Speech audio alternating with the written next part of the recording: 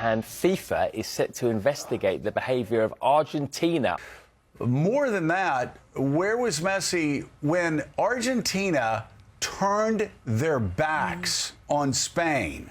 I want you to look at this picture. The sportsmanship here is pathetic. FIFA should penalize every single player on the field, every single manager on the field. Argentina's association should be fined. No one expected the story after the final whistle to become even bigger than the match itself. But that's exactly what happened. And it's not like Spain cheated. It's not like Spain had done something near the end that allowed them. I mean, they dominated the entire 90 minutes. They dominated extra time. Argentina didn't even get a shot off in regulation time. So what are they whining about? And I've got to say also, you've got to look at Messi. Where was he while this was going on? And Caddy, FIFA has now opened an official investigation into Lionel Messi's Argentina after one of the most chaotic and controversial finals in recent memory. He has said the World Cup is directed towards Argentina. He's not at all happy. He says, "We haven't seen respect or fair play. A penalty was ruled out, and a second incident that should have been checked by the VAR was not even checked. A second goal was remarkably, for whatever reason, disallowed." And he's not finished there. He goes on, "There seems to have been pressure on the Argentinian side, on the referee, that has brought about this outcome." He says the referee is unfair. He's wasting the effort of an entire nation. The cup is directed towards Argentina. With players and members of the coaching staff involved in physical confrontations on the pitch, football's governing body has been forced to step in, and several Argentina players could now be facing suspensions that affect the World Cup. That has sparked one major question. Is FIFA taking this action because the evidence left them with no other choice? Or are they trying to convince angry fans that Argentina is not receiving special treatment? Nobody outside FIFA can say for sure, but one thing is becoming harder to ignore. That is just an extraordinary bad taste. And the question is, where was Messi if he's this legendary leader to not say, turn around, be men, be grown-ups, stand up and face the music. They beat us.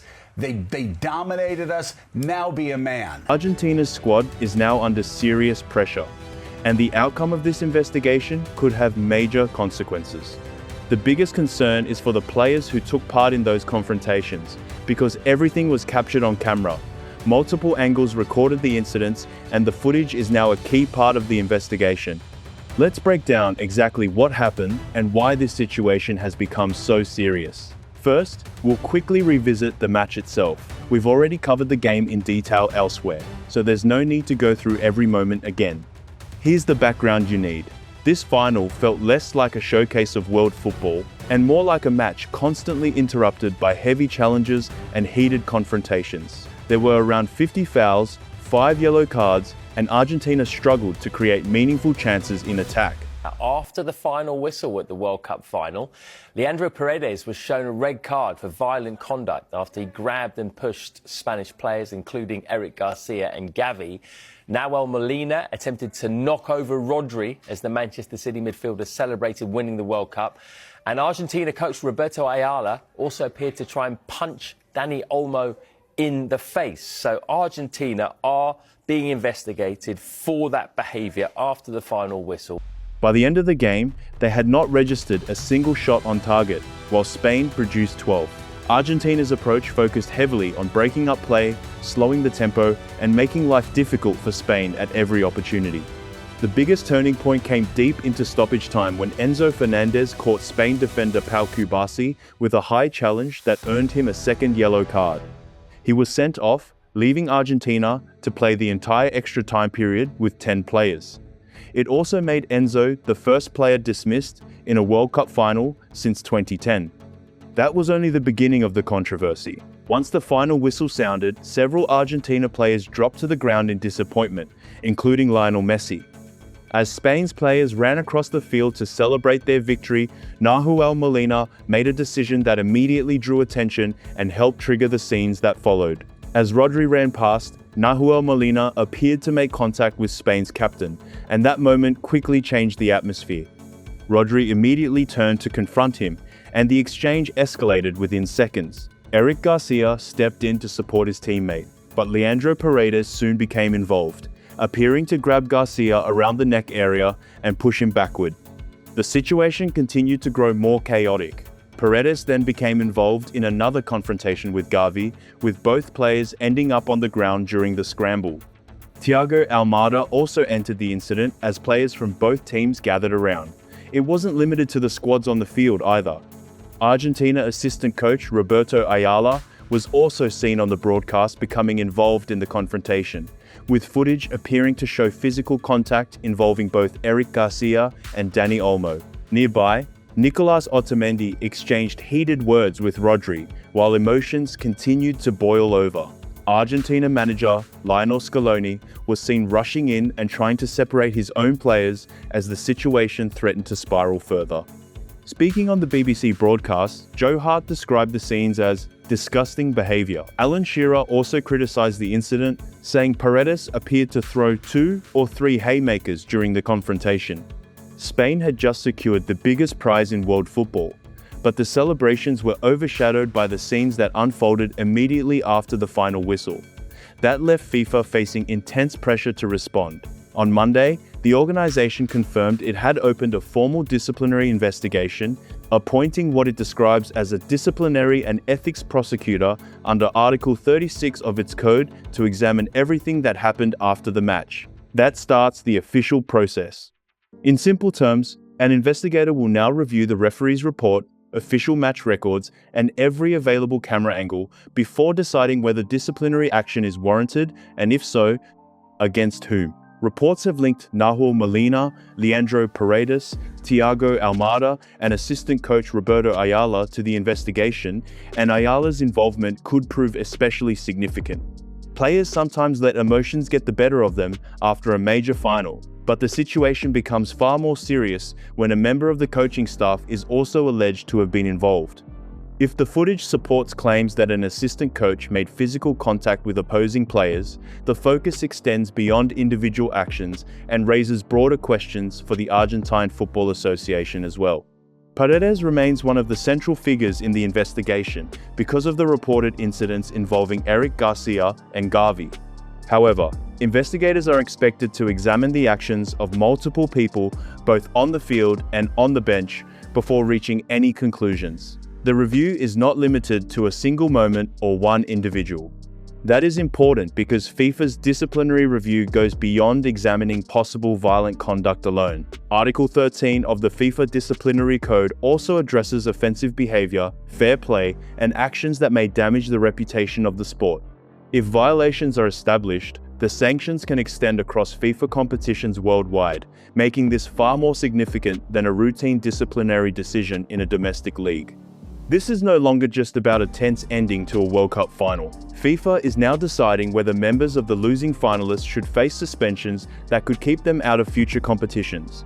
There's also another detail that has drawn plenty of attention. During the confrontation involving Leandro Paredes and Eric Garcia, the referee system briefly displayed that Paredes had received a red card. A short time later, that red card was removed, and FIFA later confirmed that no red card had officially been issued during the incident. That sequence immediately raised questions because viewers saw the red card appear before it disappeared from the official display. Since then, many have been wondering whether it was simply a technical error or something else entirely. For anyone who has followed the tournament closely, that moment quickly became one of the biggest talking points. The images showed an intense confrontation. The on-screen graphic indicated a sending off. And then, the decision no longer appeared in the official record. Regardless of the explanation, the situation created confusion and added even more scrutiny to the officials' handling of the match. Now, FIFA must review, after the final whistle, an incident that was not punished on the field at the time. As significant as that investigation is, it isn't the only one involving Argentina. A separate FIFA inquiry is also underway following the semi-final victory over England, where Argentina's celebrations included a banner reading, Las Malvinas son Argentinas, translated as The Falklands are Argentine, after it was brought into Atlanta Stadium by supporters. FIFA's rules prohibit political messages from players and teams during official competitions, and the organization has already started reviewing that separate incident. Reports indicate that Cristian Romero, Giovanni Lo Celso, and Lisandro Martinez are among the players being examined for displaying the banner, while the Argentine Football Association could also face disciplinary action, including a financial penalty. That means Argentina is dealing with two separate FIFA investigations from the same tournament at the same time. One focuses on the post-match confrontations after the final, while the other centers on the banner shown after the semi-final. Together, they create a much broader disciplinary picture. At the same time, it's important to look at the situation fairly because there is more than one side to the story, and the investigators will be expected to consider the full context before reaching any conclusions. Another factor that may receive attention is whether these events are viewed as isolated moments or part of a longer history. Critics have pointed to several previous controversies involving members of this Argentina squad. Following the 2022 World Cup victory, there was widespread discussion about Emiliano Martinez's Golden Glove celebration and chants directed at Kylian Mbappe during the celebrations. I guess we can let the Argentinians just shout a bit.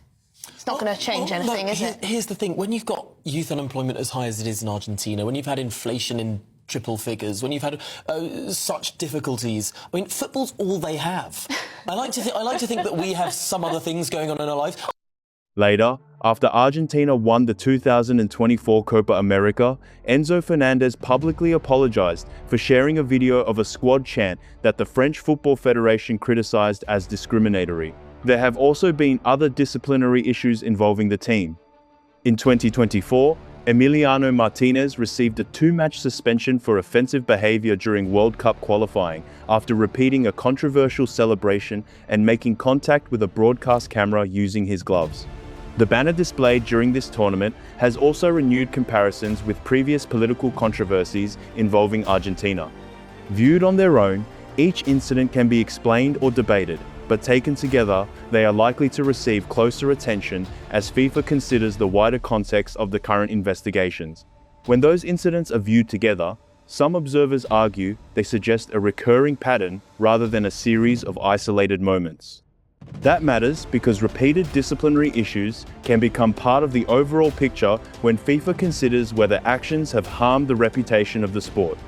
The bigger question is whether any suspensions will be significant. Looking at FIFA's previous decisions involving Argentina, the record points toward relatively limited penalties.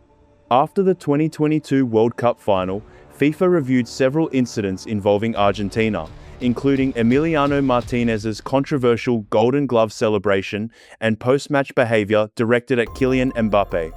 The outcome was a financial penalty reported to be around £18,000 or roughly $23,000, with no individual suspensions handed to players. For a national federation, that level of fine was widely seen as relatively minor.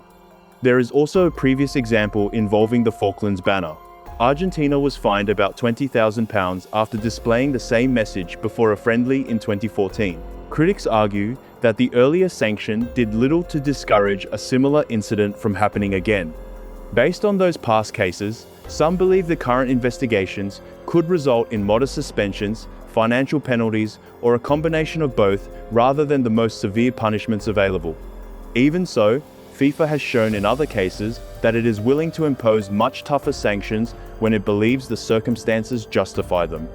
Former Spanish Football Federation President Luis Rubiales received a 3-year ban from football following the incident at the Women's World Cup. In another well-known case, Luis Suarez was suspended for 4 months after biting an opponent during the 2014 World Cup, a punishment that also caused him to miss the opening months of his club season.